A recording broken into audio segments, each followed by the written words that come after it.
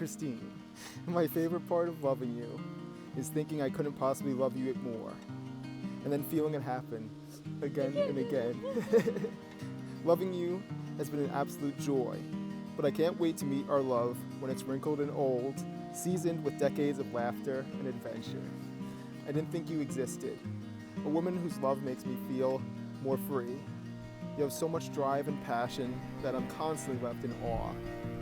It's humbling that the gifts you ask for are my happiness. I'm so proud to have you in my life. I promise to be present and tell you how I feel. I promise to make sure I hear you and you are heard. I promise to ask for help when I need it, if you do the same. I promise to hold you tight when things are good and tighter when they are not. This I'll remember when the rest of our life is through. The finest thing I've ever done is simply loving you.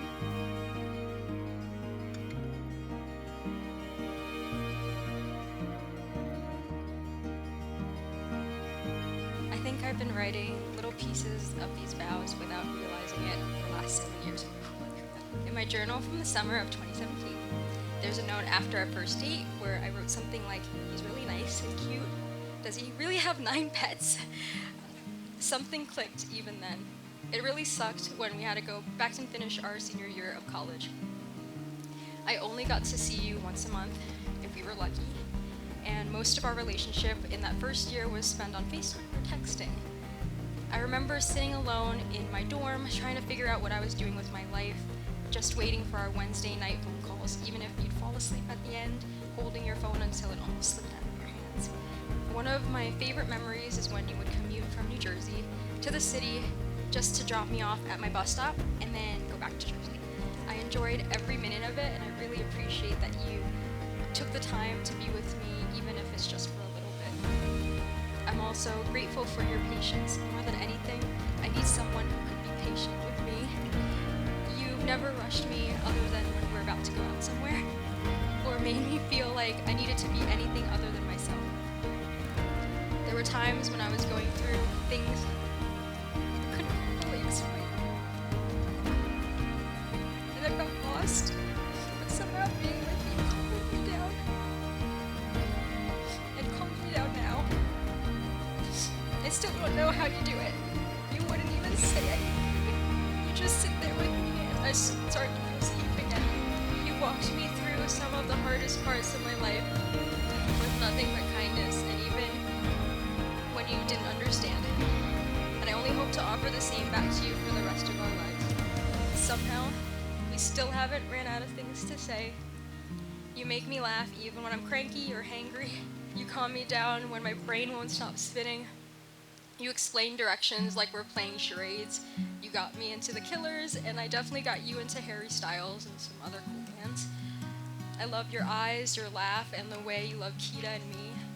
I'm so excited for what's ahead. Road trips, concerts, walks with Kita, late night AMC showings, Dairy Queen trips, the hard times, silly moments, and spontaneous ones. The whole adventure.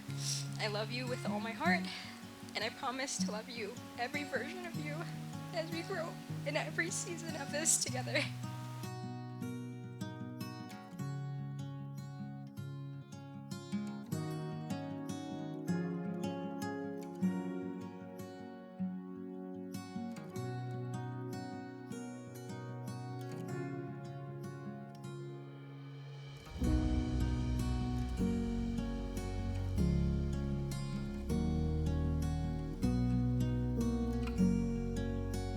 We are gathered here today in celebration of one of life's greatest gifts, the deep and lasting love between Christine and Brian.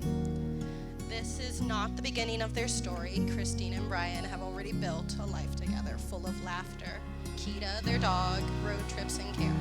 What we witness today is a new chapter, a commitment not just to love each other, but to choose each other again and again for the rest of their lives. Brian, do you take Christine to be your lawfully wedded wife? I do. Christine, do you take Brian to be your lawfully wedded husband? I do. I give you this ring, As a symbol of my love, and my pledge to love you today and tomorrow. always and forever. joyful spirits, it is my honor to pronounce you husband and wife. You may now kiss.